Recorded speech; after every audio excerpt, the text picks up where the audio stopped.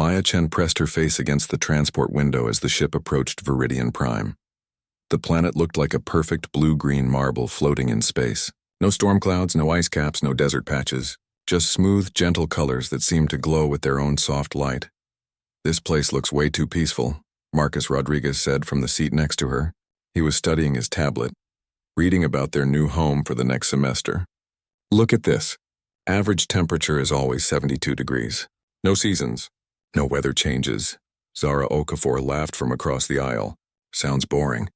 Back home in Lagos, we get thunderstorms that shake the whole building. Here they probably think a light breeze is dangerous." The three humans were part of the first Earth exchange program with the Galactic Educational Consortium. Maya studied xenobiology, Marcus focused on geological sciences, and Zara specialized in atmospheric studies. They were excited but had no idea what they were walking into. The docking process was smooth and quiet. No turbulence, no rough landing. Even the air felt different when they stepped off the ship.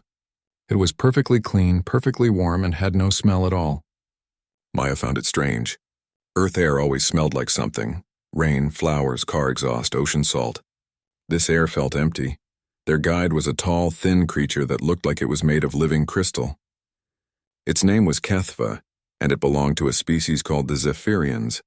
When it spoke, its voice sounded like wind chimes. "Welcome to Viridian Prime," Kethva said. "Please be careful as we walk. The path has small stones that might cause discomfort to your feet." The humans looked down. The path was smoother than most sidewalks on Earth. Marcus almost laughed but caught himself. These beings seemed very worried about tiny bumps in the road. The campus was beautiful. Low curved buildings seemed to grow from the ground like plants. Gardens everywhere were perfectly maintained. Trees had leaves that glowed softly in colors Maya had never seen before. Everything was clean, organized, and calm. "Your dormitory is designed for carbon-based life forms," Kethva explained as they walked. "We made sure the temperature stays exactly at 72 degrees. The humidity is controlled. There are no sudden noises or bright lights. You should be very comfortable." "What about windows?" Zara asked. "Can we open them?" Kethva stopped walking and turned to look at her with what might have been shock. "Open them? But then outside air would come in." "Outside air has variables." "Variables?" Maya asked. "Temperature changes. Different smells. Sometimes there are insects." Kethva seemed nervous just talking about it. "Why would you want outside air inside?" The humans exchanged glances. This was going to be interesting. Their dormitory was nice but felt like a medical facility. Everything was white and clean. The air circulation system hummed constantly. The windows were thick and sealed shut. Maya tried to open one and found it was locked. "For safety," Kethva explained. "Sometimes small animals fly near the building. The sounds they make can be disturbing." Marcus looked out the window. He saw what looked like butterflies floating between the trees. "Those things. Flicker wings," Kethva said with a shudder. "They make noise when they move. Very unpredictable creatures." That evening, they met their classmates in the common area. The diversity was amazing. There were the crystalline Zephyrians like Kethva. The lumens looked like floating clouds of light that could take human-like shapes. The Kavari were insect-like but beautiful, with rainbow-colored shells. Other species looked like walking plants, liquid metal beings, and creatures Maya could not even describe. Everyone was friendly, but seemed very fragile. When Marcus sat down on a chair, it made a small creaking sound. 3 aliens immediately moved away from him. "Is everything okay?" Marcus asked. A lumen named Silara flickered with nervous colors. That sound was very sudden. "We were not prepared for such noise." Maya realized the common area was completely silent except for their voices. No background music, no air conditioning sounds, no footsteps from other rooms. The aliens seemed to live in a world without unexpected sounds. "Where we come from, things make noise all the time," Zara said. "Cars, music, construction, thunder, animals. You get used to it." A Kavari student named Tikra clicked softly. "Thunder? What is thunder?" "When lightning heats the air so fast it makes a loud sound," Maya explained. "Sometimes it can shake windows." The aliens looked at each other with concern. Silara dimmed until she was barely visible.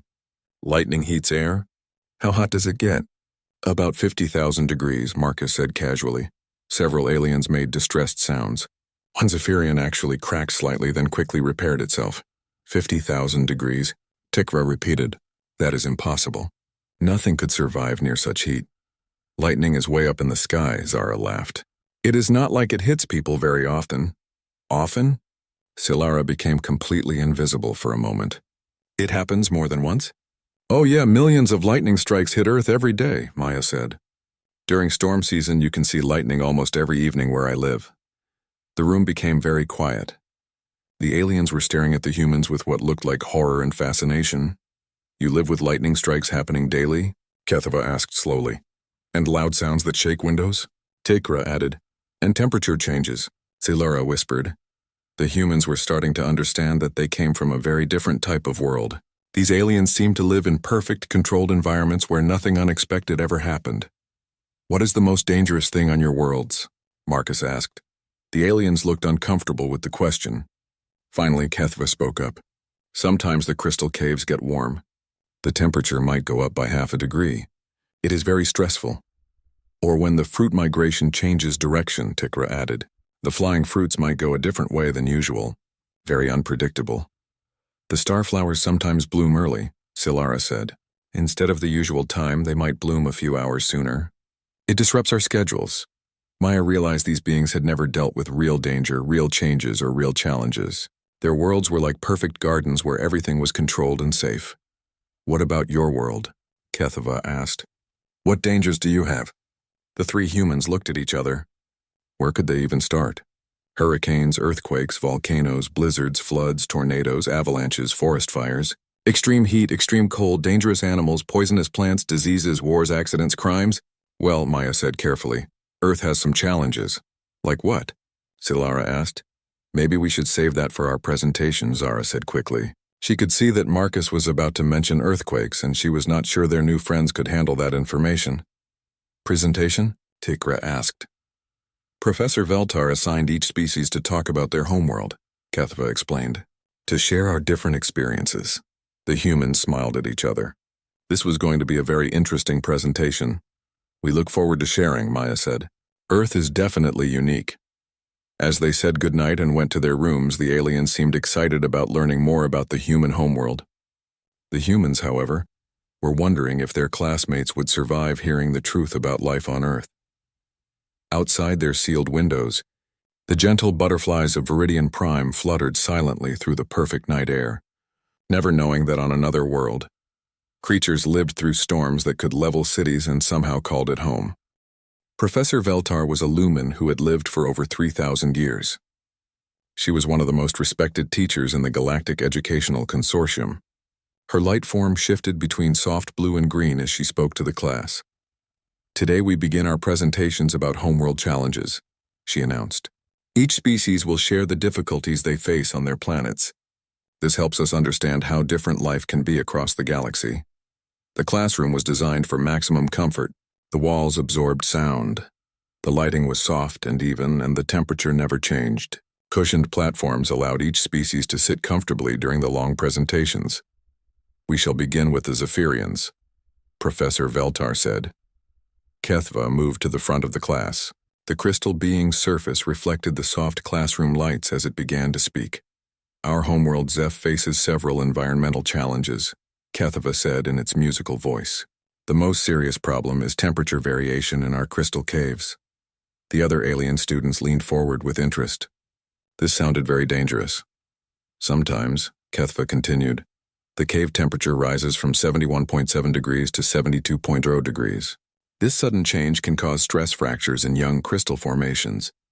We must monitor the caves constantly and evacuate when temperatures become unstable. Several students made sounds of sympathy. A Kavari student clicked softly in concern. How do you survive such extreme changes? Asked Silara. We have emergency protocols, Kethva replied. When temperature sensors detect a change of more than 0.2 degrees, we activate cooling systems. If that fails, we move to the stable chambers until conditions return to normal. The aliens nodded with understanding. Temperature changes were clearly a serious threat. Thank you, Kethva, Professor Veltar said. Very informative. Now let us hear from the Kavari. Tikra moved gracefully to the presentation area. The insect being's rainbow shell caught the light beautifully as it spoke. Our world has the challenge of fruit migration. Tikra began. Every cycle, the floating fruits migrate across our continent. This usually happens in a predictable pattern. What makes this dangerous? Asked a plant-like student named Ferndal. Sometimes the fruits change direction, Tikra explained. Instead of flying east, they might fly southeast. Or they might arrive 2 or 3 hours earlier than expected. This unpredictable behavior disrupts our food gathering schedules. The class made concerned noises. Unpredictable food sources were clearly a major problem. How do you prepare for such chaos? Asked Silara. We post watchers in tall trees, Tikra said. When they see the fruits coming from an unexpected direction, they send warning signals. This gives us time to gather our collection baskets and move to the right location. Very wise planning, Professor Veltar noted. Adaptability is important when facing such challenges. The presentations continued. Each species shared their most serious environmental problems. The lumens talked about starflower blooming variations. A plant species discussed soil nutrient fluctuations of 0.1%. Another race explained the stress of dealing with minor orbital changes that affected daylight by a few minutes. The human students listened with growing amazement. These were not problems. These were barely noticeable changes. Maya began to realize that Earth was not just different from these worlds. It was completely alien to their understanding of what life could endure. Now, Professor Veltar said, let us hear from our human exchange students. Please tell us about the environmental challenges of your homeworld, Earth. Maya, Marcus, and Zara moved to the front of the class. They had prepared a basic presentation about Earth's environment. Looking at their classmates, Maya realized they needed to be very careful about what they shared. Earth has several environmental variations. Maya began slowly. We experience what we call weather. Weather? Kethva asked. What is weather? It means conditions change regularly, Marcus explained. Temperature, humidity, wind speed, precipitation. These things vary from day to day. The aliens looked confused. Silara flickered nervously. How much do they vary? Well, Zara said carefully. Temperature might change 20 or 30 degrees in one day. Several students made distressed sounds. One small alien actually fell off its platform. 30 degrees? Tikra repeated in shock. In one day? How do you survive such extreme changes? We wear different clothes, Maya said. When it gets cold, we put on jackets. When it gets hot, we wear lighter clothing. You adapt your outer coverings based on daily temperature changes? Professor Veltar asked. Her light form was flickering rapidly, which Maya was learning meant she was very interested or concerned. Everyone does, Marcus said. It is normal? What about precipitation? Asked Ferndal. What does that mean? Water falls from the sky, Zara explained. Sometimes a little, sometimes a lot. The room became very quiet. Finally, Kethva spoke in a whisper. Water. Falls from the sky? Rain, Maya said. Sometimes it rains for hours. Sometimes for days. A Lumen student named Corwin dimmed almost to invisible. Water falling for days? How do you not drown? We go inside, Marcus said simply. Or we use umbrellas to keep the water off us. You have tools specifically designed to protect you from falling water? Professor Veltar asked. Yes, and waterproof clothing and buildings with roofs and drainage systems, Zara added. The aliens were staring at them, now with expressions that Maya was starting to recognize as fear mixed with fascination. You built your entire civilization around surviving water falling from the sky? Tikra asked. Well, not just rain, Marcus said. Also snow, hail, sleet, ice storms. Ice storms. Silara flickered rapidly. What are ice storms? Sometimes the rain freezes as it falls, Maya explained. It covers everything in ice. Trees, roads, buildings, power lines. And you survive this? Corwin asked.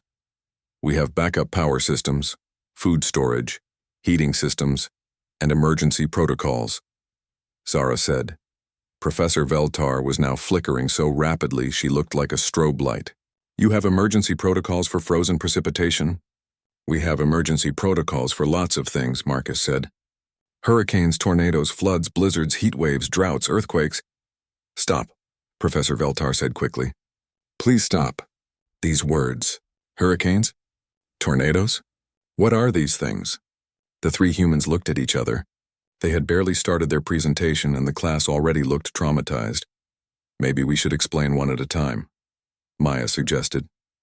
Yes, Professor Veltar agreed. Her light was dim and shaky. One at a time. Start with Hurricanes. A hurricane is a large storm system, Zara began carefully. It can be hundreds of miles wide. The winds can reach speeds of over 200 miles per hour. Several aliens made what sounded like screaming noises. HFY actually cracked again and had to spend several minutes repairing itself. 200 miles per hour, Tikra whispered. How fast do your normal winds blow? Maybe 10 or 15 miles per hour on a normal day, Marcus said. And how often do these hurricane events occur? Professor Veltar asked. We have a season for them, Maya said. Hurricane season. Usually several hurricanes each year. A season for catastrophic wind events, Professor Veltar repeated slowly. And people continue to live in these areas? Millions of people, Zara confirmed. The classroom erupted in chaos.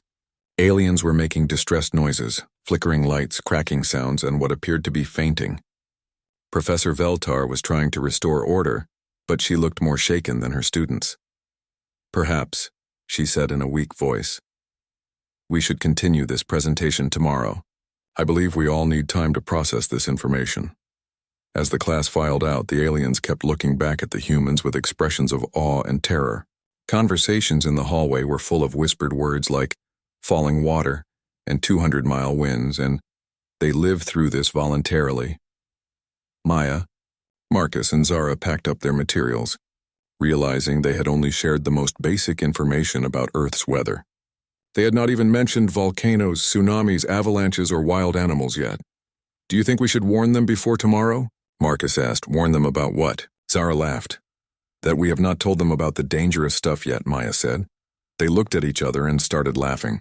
Their classmates thought hurricanes were the most extreme thing imaginable. Wait until they heard about the creatures that lived through those hurricanes and just kept going about their daily lives.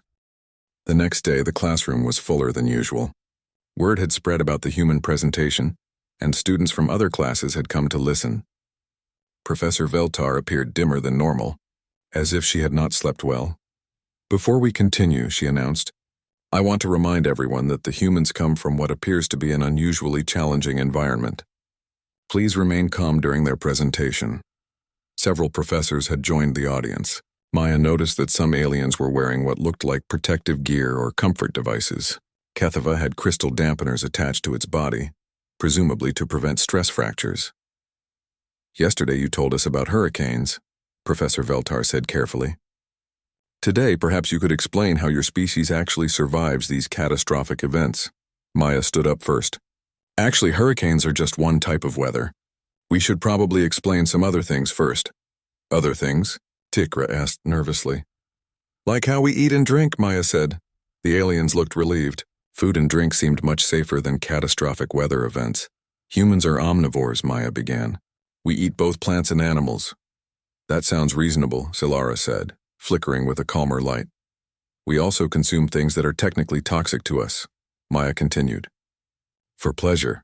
The relief in the room disappeared instantly. Toxic? Professor Veltar's light began flickering rapidly again. You consume poison for pleasure? Well, alcohol is technically a poison, Marcus explained. But in small amounts, it makes us feel relaxed and social. You deliberately poison yourselves for social purposes? A new professor asked. Maya thought he was from a species called the Velnari. It is not really poisoning, Zara said. Our bodies can process alcohol. We have enzymes that break it down. What else do you consume that is toxic? HFY asked. Caffeine, Maya said. It is a natural insecticide, but we drink it to stay awake. Capsaicin, Marcus added. It is a chemical plants make to prevent animals from eating them. We put it in our food because we like the burning sensation. Several aliens made choking sounds. Burning sensation? Tikra repeated. Spicy food, Zara explained. It makes your mouth feel like it is on fire, but in a good way. Fire in your mouth is good? Corwin asked, flickering weakly. The pain releases endorphins, Maya said. Natural chemicals that make us feel happy. You cause yourself pain to trigger happiness chemicals? Professor Veltar asked slowly. Lots of humans do, Marcus confirmed. Some people eat peppers so hot they sweat and cry, but they love it. The aliens were taking notes frantically. Maya could see professors whispering to each other in the back of the room. What else do you consume? Asked the Velnari professor. Chocolate contains theobromine, which is toxic to many earth animals, Zara said. But humans can eat it safely. Garlic contains compounds that can damage blood cells, Marcus added. We eat it anyway because it tastes good. Nutmeg is hallucinogenic in large amounts, Maya said. We use small amounts as a spice. You regularly consume hallucinogens? Kethva asked, its crystal surface showing stress patterns. Not intentionally, Maya laughed. Well, usually not intentionally. This is madness, whispered a student Maya had not met before. That is just food, Zara said. Should we talk about what we drink? Water, I assume. Professor Veltar asked hopefully. Yes, but we also drink things that contain caffeine, alcohol, acids, artificial chemicals, concentrated sugars, and carbonation, Marcus said. Carbonation? Tikra asked. We dissolve gas into liquid and drink it, Maya explained. It makes bubbles and a sharp taste. You drink liquid with gas dissolved in it? The Velnari professor asked. Cola, beer, sparkling water, champagne, Zara listed. Very popular. And the artificial chemicals? Zilara asked. Preservatives, flavor enhancers, coloring, sweeteners, Marcus said. Some of them would probably kill other species, but humans have adapted to process them. The note-taking was becoming frantic. Maya could see some professors making what looked like emergency communications. Perhaps we should move on to something else, Professor Veltar suggested weakly. Sure, Maya said. We could talk about human physiology. Yes, Professor Veltar said with relief. Basic biology should be safer. Humans can survive in a wide range of atmospheric conditions, Zara began. We live from sea level to mountaintops over 14,000 feet high. 14,000 feet? Kethva asked. How do you breathe at such altitudes? There is less oxygen, so our bodies make more red blood cells to compensate, Marcus explained. Your bodies physically change based on altitude? The Velnari professor asked. They change based on lots of things, Maya said. Temperature, altitude, physical activity, diet, disease exposure. Disease exposure?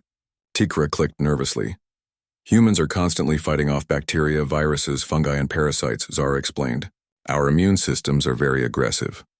You have aggressive biological warfare happening inside your bodies at all times? Professor Veldar asked. Pretty much, Marcus said. We have more bacterial cells in our bodies than human cells. Several aliens made distressed sounds. But we need most of those bacteria, Maya added quickly. They help us digest food, fight off bad bacteria, and maintain our health. You have symbiotic relationships with millions of microorganisms living inside you? Corwin asked.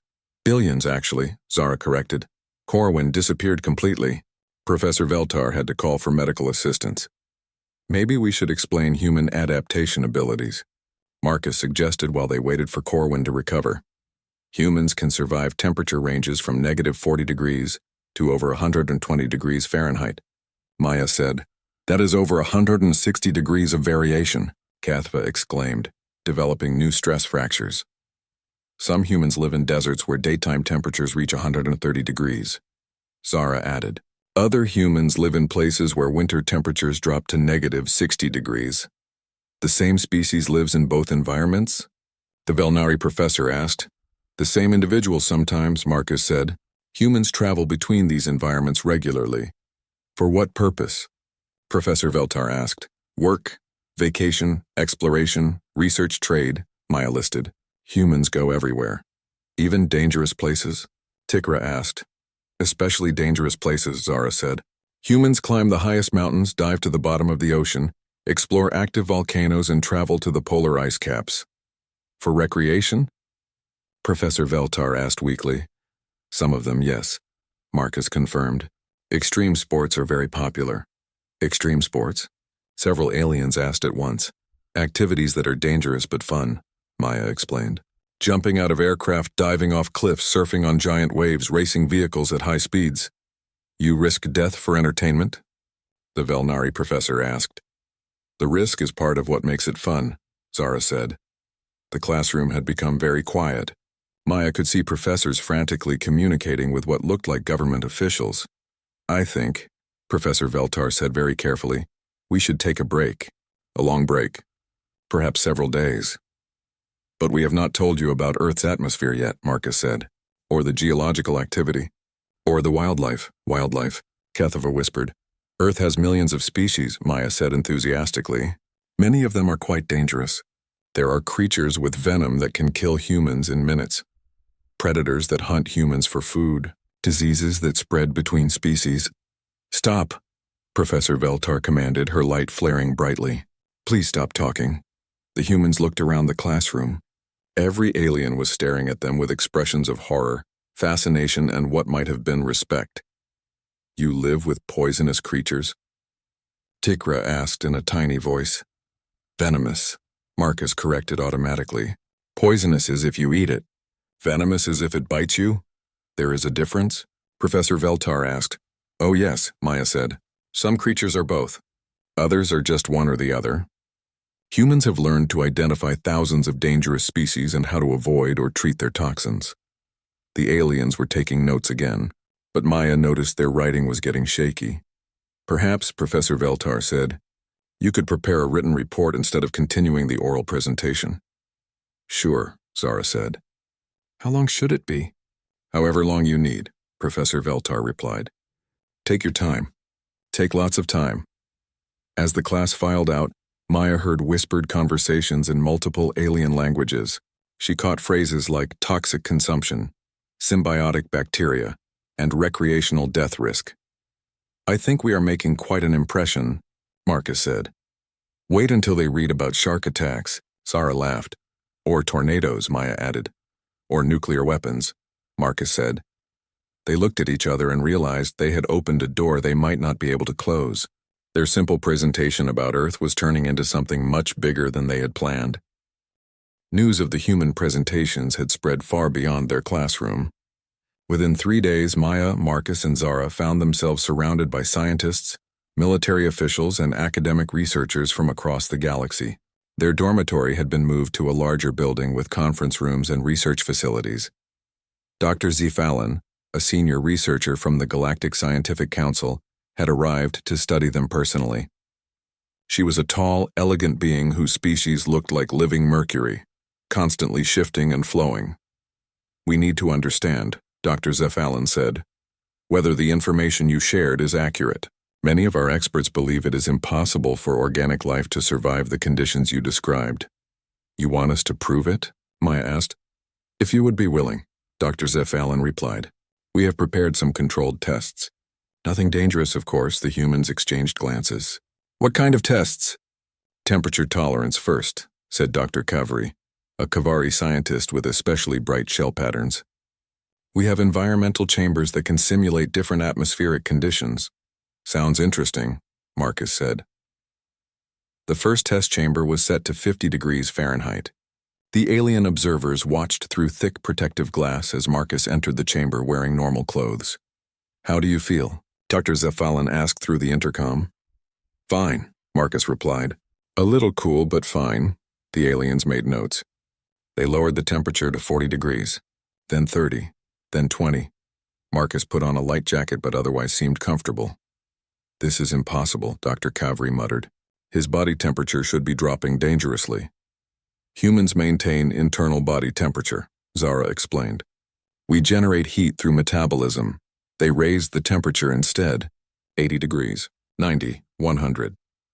Marcus took off his jacket and seemed relaxed. How high can it go before you are in danger? Dr. Zephalin asked. I once worked in a steel mill where the ambient temperature was 120 degrees, Marcus said. I drank lots of water and took breaks, but it was manageable. Several alien observers had to leave the room. The next test was Maya's turn. They wanted to test human sleep requirements. Most galactic species require 16 to 20 hours of rest per day, Dr. Zephalin explained. How much rest do humans need? Usually about 8 hours, Maya said. But we can function on less if necessary. For how long? I stayed awake for 72 hours straight during final exams, Maya said. I was tired, but I could still think and work. They monitored Maya for 3 days as she stayed awake continuously. She read books, solved puzzles, exercised, and maintained normal conversation. The alien scientists were fascinated by her brain activity scans. Her cognitive function is declining, Dr. Kavri observed, but she is still operating at levels comparable to well-rested individuals of other species. Humans push through fatigue, Maya explained while doing math problems. We have mental techniques for staying alert when tired. On the second day, government officials arrived. Commander Silthak was a high-ranking military officer from the Galactic Defense Coalition. His species looked like armored reptiles, and he was larger than any alien the humans had met. "We need to understand human combat capabilities," he said bluntly. "Combat capabilities?" Zara asked. "Your species survives in environments that would kill trained soldiers from other worlds," Commander Silthak explained. "We need to know if this makes you effective fighters." "We are exchange students," Marcus pointed out. "We study geology and biology." "Nevertheless," Commander Silthak said, "you come from a world where survival requires constant adaptation and threat assessment. This suggests military potential," Dr. Zephalin intervened. "Perhaps we could test physical capabilities instead. Strength, endurance, reaction time." The physical tests were revealing. Zara could run for over an hour without stopping. Marcus could lift weights that would injure most alien species. Maya's hand-eye coordination and reflexes were faster than the testing equipment could accurately measure. "How is this possible?" Dr. Kavri asked. "Your muscle density is not significantly higher than other humanoid species." "We train our bodies," Marcus explained. "Physical fitness is important for survival on Earth." "All humans train for combat?" Commander Silthak asked. "Not combat specifically," Zara said, "but most humans exercise regularly. We play sports, lift weights, run, swim, climb things." "For recreation?" Dr. Zephalin asked. "And health," Maya added. "Physical activity prevents disease and maintains strength." "You maintain your bodies in combat-ready condition as a health measure?" Commander Silthak asked with what might have been respect. "We try to stay in shape," Marcus said. "You never know when you might need to run from something or lift something heavy." "Run from what?" Dr. Kavri asked. "Dangerous animals, natural disasters, criminals, accidents," Zara listed. "Basic survival stuff." The aliens were taking extensive notes. Commander Silthak requested a demonstration of human problem-solving under pressure. They created a scenario where the humans had to escape from a simulated emergency situation. The test involved navigating through a maze while obstacles were activated randomly. Loud noises, flashing lights, moving barriers, and time pressure were designed to induce panic and confusion. Maya, Marcus, and Zara completed the course in record time. They worked together, adapted quickly to new obstacles, and maintained clear communication throughout the exercise. "Remarkable," Commander Silthak said. "Most species require extensive training to function effectively under such stress." "This is stressful?" Marcus asked. It seemed like a fun puzzle. "Fun?" Dr. Zephalin repeated. "Challenging problems are enjoyable," Maya explained. "Humans like to test themselves against difficult situations." "You find stress enjoyable?" Dr. Kavri asked. "Some kinds of stress," Zara said. "Good stress that helps us learn and grow." The testing continued for weeks. News reports were being broadcast across the galaxy about the impossible humans who could survive anything. Maya noticed that their alien classmates were treating them differently now. Not with fear, but with something like awe. Kethva approached them after a particularly intense endurance test. "We have been watching your demonstrations," the crystal being said. "We want to understand something." "What?" Maya asked. "Do all humans possess these abilities?" "Pretty much," Marcus said. "We are not special, just normal college students." "Normal," Kethva repeated slowly. "You consider yourselves normal?" "Below average, actually," Zara said. "We are just students. There are humans who are much stronger, faster, and tougher than us." "Much stronger?" Dr. Zephalin asked. She had been following the conversation. "Athletes, soldiers, explorers, rescue workers," Maya listed. "People who train professionally." "And they live on the same world?" Commander Silthak asked. "Billions of humans live on Earth," Marcus said, "in all kinds of environments. Deserts, mountains, islands, cities, farms, research stations." "Billions," Dr. Kavri whispered. The implications were sinking in. The humans were not special specimens. They were average representatives of a species that numbered in the billions, all of whom lived on a world that would be considered a death trap by galactic standards. "We need to contact Earth," Commander Silthak announced. "The Galactic Coalition needs to establish formal relations with humanity." "Why?" Zara asked. "Because," Dr. Zephalin said, "if these are your normal capabilities, we need to understand what your species considers extraordinary." Maya, Marcus, and Zara looked at each other. They thought about Olympic athletes, special forces soldiers, Extreme sports enthusiasts, Arctic researchers, deep-sea divers, astronauts, and people who chose to live in the most challenging environments on Earth for fun. Should we tell them about the people who climb Mount Everest? Marcus whispered. Or the ones who swim with sharks, Maya added quietly. Maybe we should save that for later, Zara suggested. They had already turned their simple student exchange into a galactic incident. Maya was starting to wonder what would happen when the galaxy met humans who were actually trying to be impressive. 6 months later, Maya stood in the largest auditorium on Viridian Prime, looking out at thousands of alien beings. What had started as a simple class presentation had become the most important first contact event in galactic history. The auditorium was filled with representatives from every known species in the galaxy. Scientists, military leaders, diplomats, and students had come to attend the first official Deathworld survival workshop, taught by humans. Welcome, Maya said into the microphone, to Introduction to Earth-Style Adaptation Techniques. The crowd settled into nervous silence. After months of studying the 3 human students, the galaxy had developed a healthy respect for anything humans considered educational. Marcus stepped forward to address the crowd. Before we begin, we want to make something clear. Everything we teach you today is considered basic survival knowledge on Earth. Human children learn these techniques. Worried murmurs rippled through the audience. Zara activated the first holographic display. Today's workshop covers 3 main topics. First, temperature adaptation. Second, stress management. Third, problem solving under pressure. Dr. Zeph Allen was sitting in the front row with the other researchers who had studied the humans. She had become something of an expert on human physiology and was helping to translate human concepts for other species. Let us start with something simple, Maya said. Basic temperature regulation. The first exercise involved controlled breathing techniques that humans use to manage cold exposure. Maya demonstrated how humans could slow their heart rate and redirect blood flow through mental focus. You control your circulatory system through thought? Asked a Lumen student. To some extent, Maya replied. Humans have conscious control over many automatic body functions. Breathing, heart rate, muscle tension, even pain perception. Pain perception, Commander Silthak asked from his seat in the military section. Humans can ignore or reduce pain through mental techniques, Marcus explained. Athletes play through injuries. Soldiers continue fighting when wounded. Parents function normally while sick to care for their children. You override your body's warning systems? Dr. Kavri asked. When necessary, Zara confirmed. Pain is information, but it does not have to control our actions. The aliens were taking frantic notes again. Maya had learned to recognize the signs of information overload in different species. Several beings were already showing stress responses. Let us try a practical exercise, Maya suggested. We will practice the human technique called deep breathing. The exercise seemed simple. Breathe in for 4 counts, hold for 4 counts, breathe out for 4 counts. Repeat until calm. For humans, this was basic stress management. For the aliens, it was revolutionary. This technique allows conscious control of the panic response? Asked a Kavari scientist. It helps, Marcus said.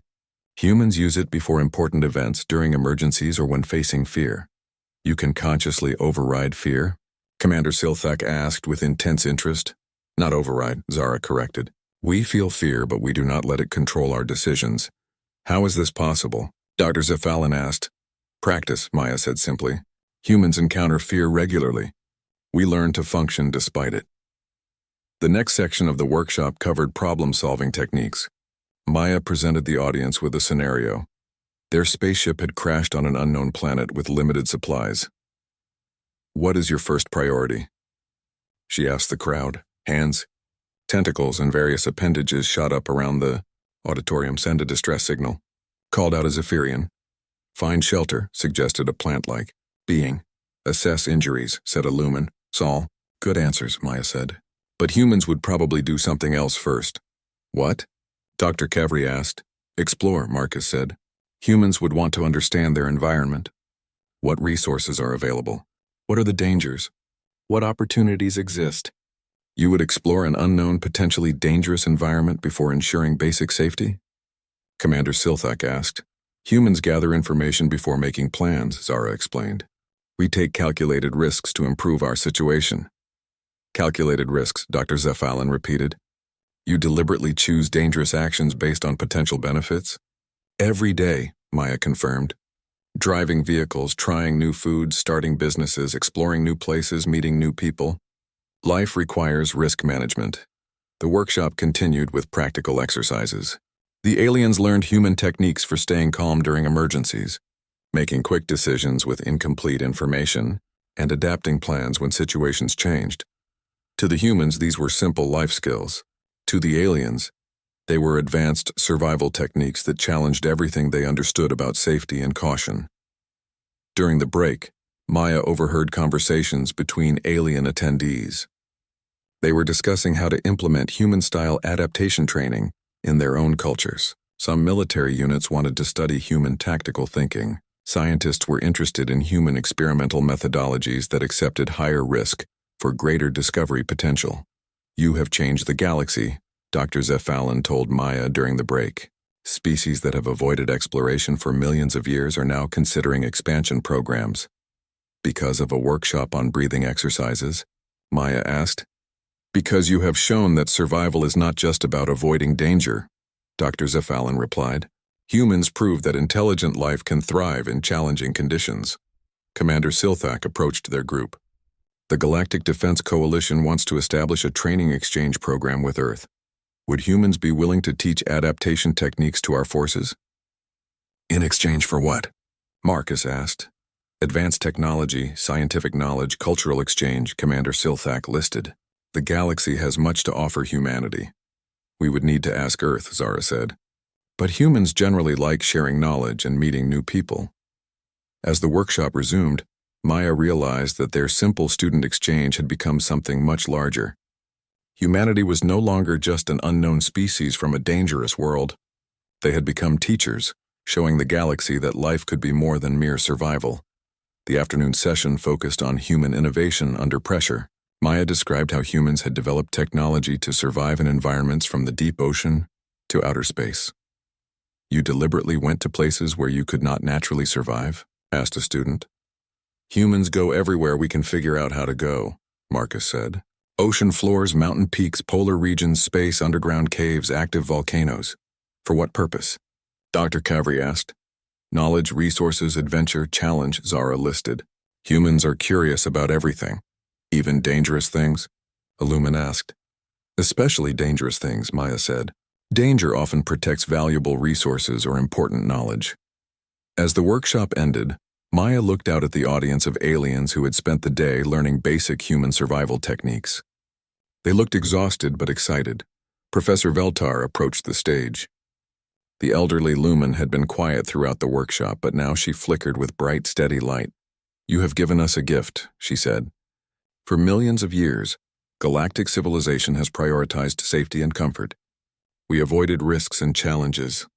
You have shown us that growth requires facing the unknown." "We just shared what we learned growing up on Earth," Maya said. "Perhaps," Professor Veltar replied. "But you have reminded us that learning never stops. The galaxy is vast and full of possibilities we were too afraid to explore." As the aliens filed out of the auditorium, Maya heard them planning new projects, research expeditions to challenging worlds, cultural exchange programs, technology development initiatives that accepted higher risk for greater potential rewards. "Do you think we did the right thing?" Marcus asked. "What do you mean?" Zara replied. "We changed their entire civilization," Marcus said. "Species that lived in perfect safety for millions of years are now talking about taking risks and facing challenges." Maya thought about it. On Earth, every generation faced the choice between safety and growth. Humans had always chosen growth even when it was dangerous. Maybe that was what made them human. "They did not have to listen," she said finally. "We just showed them that there were other ways to live." 6 months later, news reached them that the first mixed-species expedition to a previously unexplored system had been launched. The crew included humans working alongside aliens who had trained in Earth-style adaptation techniques. Maya, Marcus, and Zara had returned to Earth as heroes, but they were already planning their next off-world semester. The galaxy was much bigger and more interesting than they had imagined, and there were billions of humans ready to explore it. The 3 students had wanted to study alien biology, geology, and atmospheric science. Instead, they had taught the galaxy that life was not about surviving in perfect conditions. Life was about growing, learning, and pushing boundaries.